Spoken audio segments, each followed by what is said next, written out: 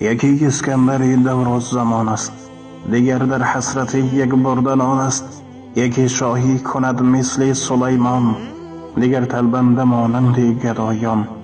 یکی را مال و ثروت بی حساب است، دیگر از گشنگی در اضطراب است. یکی در غفلت و در کیف خواب است، دیگر در محنت و رنج و عذاب است.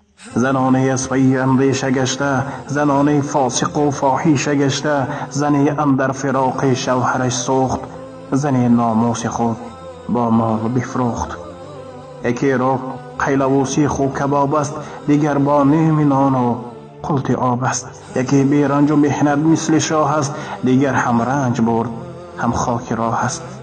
یکی در بحر خواب با گل رخان داد، دیگر از گشنگی در راه جان داد.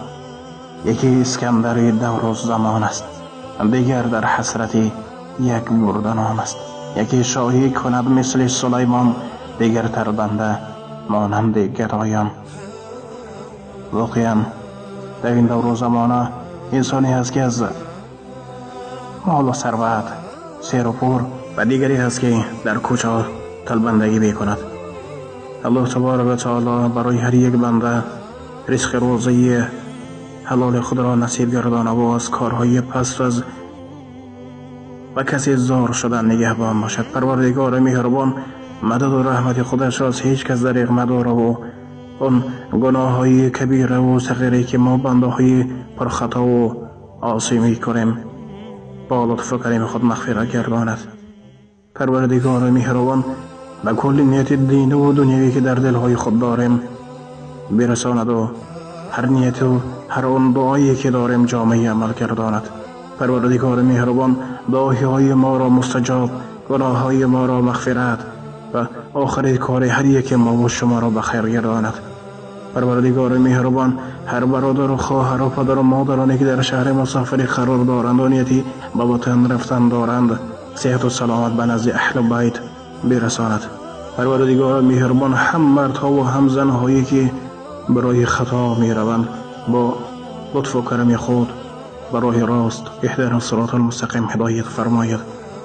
پروردگار مهربان بین تمام مردم دنیا و علی الخصوص بین مردم مسلمان دوستی و برادری و یکدیگر فهم را مستحکم گرداند و از بین ما فتنه کار و نابکار و بدبختان را نیست سازد و هر کسی که قصد یک انسان می کند پست گرداند.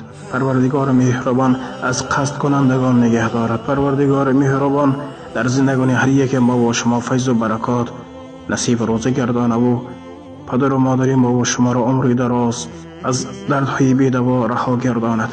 پروردگار مهربان بین هر یک ما و جوانان مهر و محبت برادر و خواهر را مستحکم گرداند و از راه شیطان از وسواس شیطان لعین در حفظ و امانت خودش نگه دارد. و البته نگفته نماند که این مصرعی که در بالا شنیدین از سامانه اینترنتی پیدا گردید. متاسفانه بنده مؤلف این شعر را نمیدارم.